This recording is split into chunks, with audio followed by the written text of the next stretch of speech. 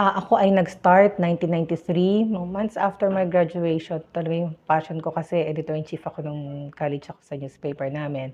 And then, nag-start ako as news writer, news producer. Ako yung nagko-coordinate na mga i-interviewin about certain issues hanggang nag-field na ako. Then ako nag-cover ng mga crimes, mga hold up, mga makikita mong patay sa kalye, aksidente sa kalsada, sunog, na minsan may namatay, yung mga ganyang insidente. And then eventually, politics na yung kino-cover ko. So nasa Senate ako ngayon. Minsan Malacanang, iba-ibang, pwede kaming dalhin kahit saan pagka-reporter ka.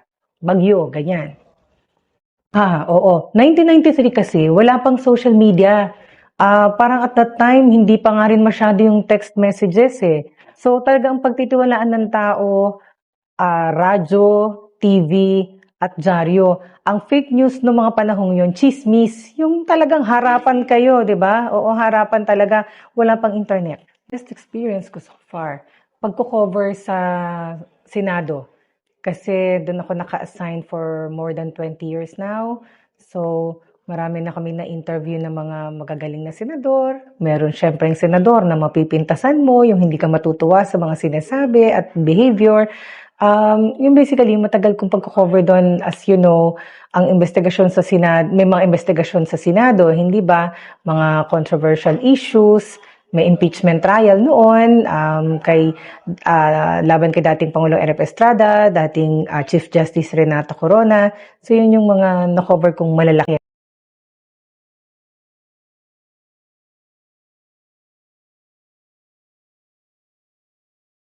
Kasi ngayon, medyo bumababa yung tiwala daw sa mainstream media because of mabilis na pagkalat ng fake news. Saan kumakalat ang fake news? Social media. Kasi ang bilis ng kalat ng fake news, mas mabilis ang pagkalat ng fake news kaysa doon sa check and balances na nagagawa. Nauunahan kasi ng speed, distortion, and manipulation. Alam niyo kung bakit mas mabilis? Wala silang editor, wala silang checking. Whereas kami, dadaan kami sa proseso, bukod sa matagal na yung experience namin, sila wala na, diretso na, labas na yan sa social media. At isa pa, siguro, kaya din bumababa, based na rin sa mga survey na nakita ko dito and sa abroad, because merong ilang mga media organization, media personalities na nakikitaan ng bias sa politics. Ang tao ngayon kasi concerned sa politics eh, di ba? So, pag nakita nila na itong certain organization ay not agreeing to their views, nawawala na yung tiwala nila and sasabihin na fake news na, although iba lang yung kanilang pananaw sa pananaw mo. Yung isa pa, yung sa pagbabalita, sinasamahan ng opinyon. Kasi pag sinabi mong balita, dapat straight news ka lang eh. Kung ano yung nakita mo, ano yung nangyari, anong sinabi na interview mo.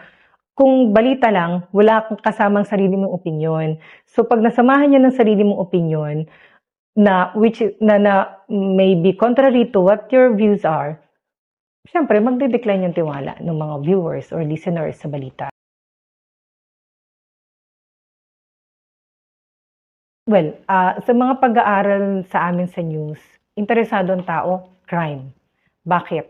Kasi, kung ano yun eh, yun yung nararamdaman ng tao. Halimbawa, story ng nakawan, story ng aksidente, may mga nasaktan, merong personal touch. Yun. Doon interesado ang tao. Entertainment. Sinong ayaw ng showbiz, hindi ba? Gusto ng mga tao mabalitaan Marian Rivera. Siguro mas gugustuhin ng tao na mabalitaan ang nangyari kay Marian Rivera at Dingdong Dantes kung sila maghiwalay kaysa ang mga politiko naghiwalay sila ng asawa niya. Politics. Part ng buhay natin ng politics. Every 3 years meron tayong eleksyon. Ang concern natin, politics, both national and local.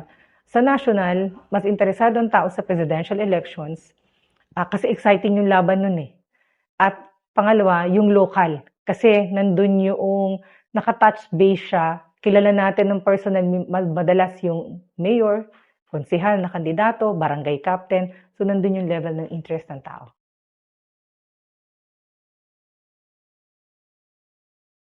So para maibalik natin yung tiwala kasi nga 'di ba sabi ko naapektuhan siya ng fake news eh, 'di ba, sa social media.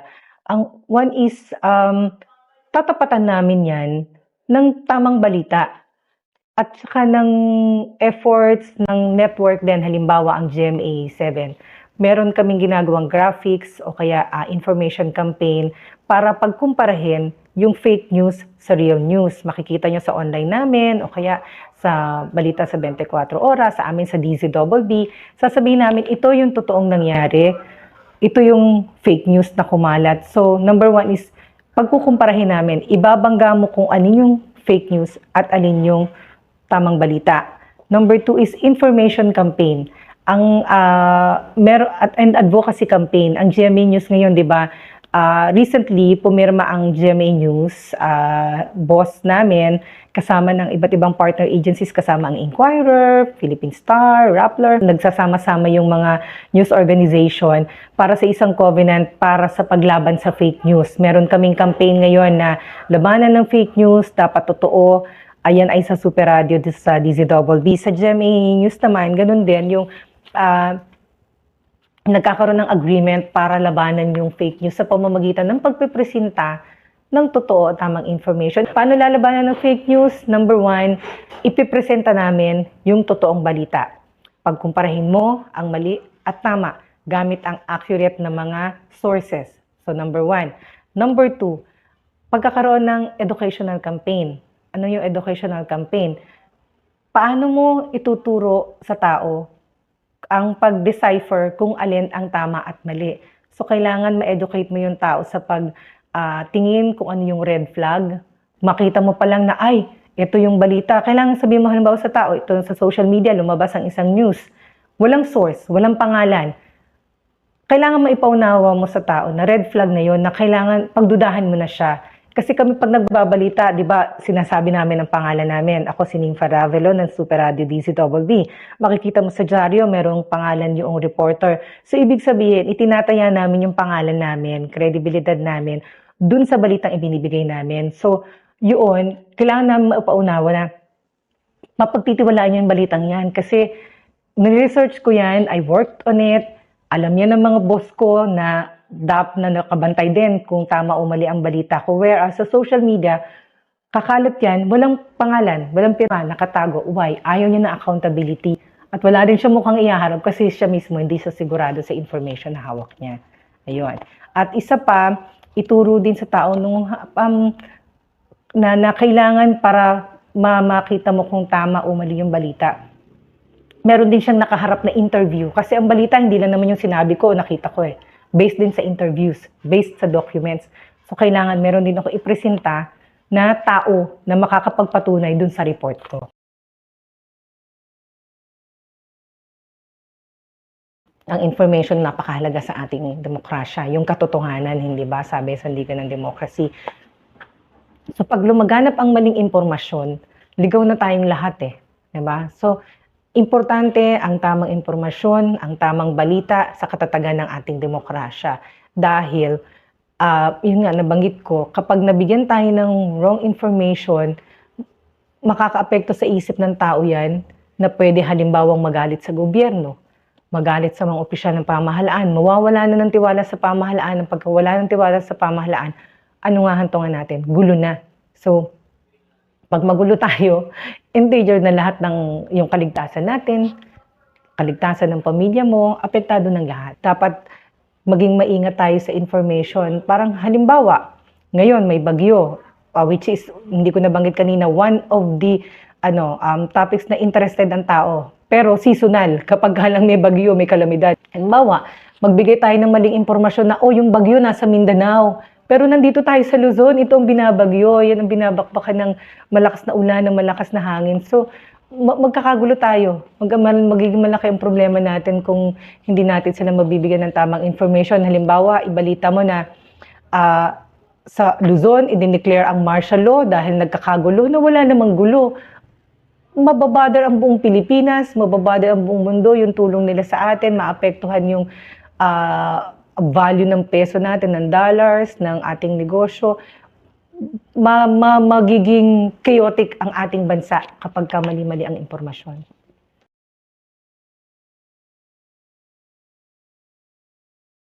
Malaki ang papel ng edukasyon sa pagpapalaganap ng balita dahil sa pamamagitan niya natin matuturuan ang tao kung paano ihiwalay kung alin ang tama sa maling balita, kung alin ang real news at alin ang fake news. Yung sa education na yan, yung kailangan mong, 'di ba, turuan mo ano yung titingnan mong sangkap para kaagad makita mo, fake news ito. Makita mo, ito, verified information ito or not verified information. So, kailangan, importante yun na ipapaunawa mo. Ngayon, ang tanong din siguro is, how do you educate people? Diba? Para ma-decipher yan. Sa iba't ibang paraan din, magagamit din ng social media. Nagpo-post kami sa Facebook account namin, sa Twitter account namin. Paano malaman ko anong fake news? Diba? Magagamit mo din yung main platform namin sa GMA News, sa DCBB, yung kung paano mo ituturo kung sinong nagsasabi ng totoo o hindi. Kailangan meron ka ding paraan ng pagtuturo how to decipher that.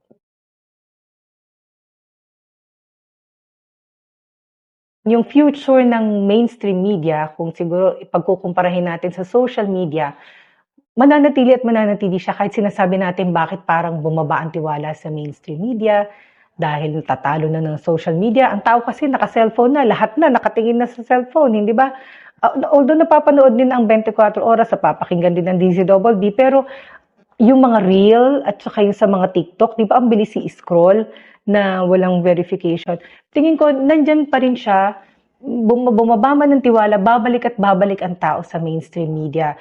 Doon papasok yung kahalagahan ng education na realize that ito ang mas kailangan mong pagtiwalaan at ito mas mapagtitiwalaan mo because meron kaming verification, meron kaming experience, meron kaming pamamaraan para masigurong tama ang balita at itinataya namin ang aming pangalan at kredibilidad.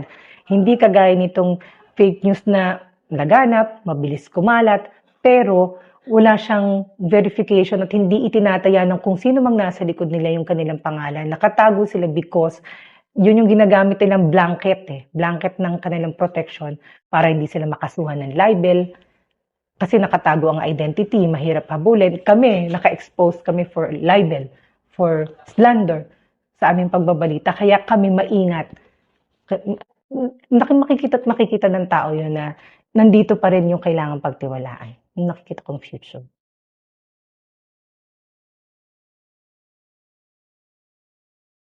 Siyempre, lagi nating payo na mag-ingat, mag-isip, huwag tayong magpaloko. Nandiyan naman yung mga tools natin, di ba? Para malaman natin kung ano yung mga balita na pinaiikot lang tayo o inuuto lang. Siguro, huwag tayong magpauto, huwag tayong magpaloko. Mag-ingat, magbasa, mag-isip, matuto mag-evaluate kung alin ang paniniwalaan natin. Ano papayo ko sa inyo? Number 1, mag-aral kayong mabuti at subaybayan ninyo yung mga current events. Kasi hindi kayo makakapagbalita kung hindi nyo naiintindihan yung mga balita. Halimbawa, presidential elections. Paano mo ibabahagi sa tao yung information kung hindi mo alam ang sistema ng botohan natin? Paano may papaliwanag hindi mo yung eleksyon ng mga senador? We have 24 senators, pero sa eleksyon, 12 lang ang iboboto mo. Bakit ganun? Diba? So, kailangan mong paliwanag bakit may natitirang 12. So, kailangan una pag-aralan mo yung mga current events. At alamin mo din kung ano yung talagang interest mo. Kung gusto mo ba sa showbiz, gusto mo ba sa balita, o gusto mo ba sa politics. Kasi, kung hindi mo siya talaga hilig, kahit anong pilit mo, di ba? Kahit ako sa computer, kahit anong titigan ko yan, di ba maintindihan? Kailangan nandun yung passion mo. And keep that passion alive. Mag-aral ka, magbasa ka ng magbasa, makinig ka sa mga payo, kung meron kang favorite na mga anchor o reporter, maganda rin siguro subaybayan mo. 'Di ba? Tingnan mo kung how they do things, kung paano sila mag-report.